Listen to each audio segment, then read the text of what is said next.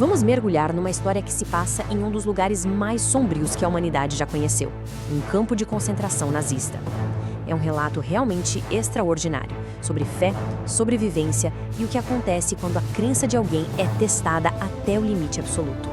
E o nome da história original de onde tiramos este relato é bem sugestivo: Anjos da Missão. Ao longo dos próximos minutos, a gente vai entender exatamente o porquê desse título. Então vamos lá. Nossa história começa com duas irmãs, Corey e Betsy Ten Boom, chegando ao campo de concentração de Ravensbrück. Em meio a todo aquele horror, elas tinham um único tesouro que precisavam proteger, não importava o que custasse. Ao chegarem, as irmãs dão de cara com a dura realidade do campo. Imagina a cena, uma longa fila de mulheres aguardando para ser admitida e cada uma delas era revistada de forma minuciosa. Absolutamente todos os pertences pessoais eram confiscados, não havia exceções. Só que Corey e Betsy tinham algo que elas simplesmente não podiam entregar: sua pequena e preciosa Bíblia. A grande questão era como passar com ela por uma inspeção projetada para não deixar nada escapar. Pressionadas, sem tempo, elas bolaram um plano ali na hora. Um plano desesperado, um verdadeiro ato de fé. E o plano foi de uma genialidade impressionante, sabe? Elas pediram para usar o banheiro e lá dentro, rapidinho, embrulharam a Bíblia em roupas íntimas de lã. Deixaram o pacote num canto, passaram pelo banho obrigatório e na volta, a Corey pegou de volta, escondendo tudo sob seu novo uniforme de prisioneiro. Mas tinha um problema enorme. O embrulho era muito volumoso, era visível demais. Corey sabia que, humanamente falando, era impossível esconder aquilo.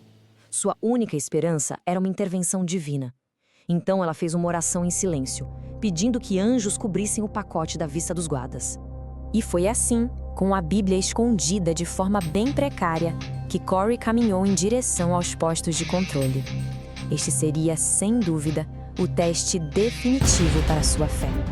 E os guardas não estavam para brincadeira. Eram vigilantes, metódicos. Nada escapava de suas revistas. Corey viu várias mulheres à sua frente, tendo pequenos itens escondidos, como fotos ou joias, brutalmente arrancados delas. A tensão devia ser quase insuportável. Então, chegou a vez de Corey, e aí algo inexplicável aconteceu. Enquanto as mulheres, antes e depois dela, eram revistadas dos pés à cabeça, Corey simplesmente passou pelo primeiro controle. Nenhum guarda sequer olhou para ela. Ela não foi tocada. Mas a aprovação ainda não tinha acabado. Havia um segundo ponto de controle, tão rigoroso quanto o primeiro. A irmã de Corey, a Betsy, que vinha logo atrás, foi revistada completamente. Mas Corey, de novo, passou direto como se fosse invisível. Aquele embrulho volumoso sobre suas roupas nunca foi notado. Já do outro lado dos portões, com a irmã a salvo e a Bíblia intacta, Corey começou a processar a magnitude do que tinha acabado de acontecer. A ficha começou a cair. A conclusão de Corey foi imediata. Ali, em seu coração, ela fez uma oração de puro alívio, percebendo que se sua fé podia mover o impossível, então ela teria força para enfrentar qualquer horror que a esperava em Ravensbrück. Aquele momento não foi só sobre salvar um livro. Foi um instante de alívio profundo que se transformou numa fonte de coragem renovada. Foi a afirmação de que a fé era algo real e poderoso. A mesma fé que a sustentaria nos dias mais sombrios que ainda viriam. E isso nos deixa com uma pergunta: o que realmente aconteceu naquele dia em Ravensbrück?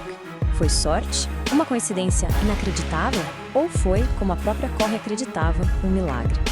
A resposta, no fim, talvez dependa da perspectiva de cada um.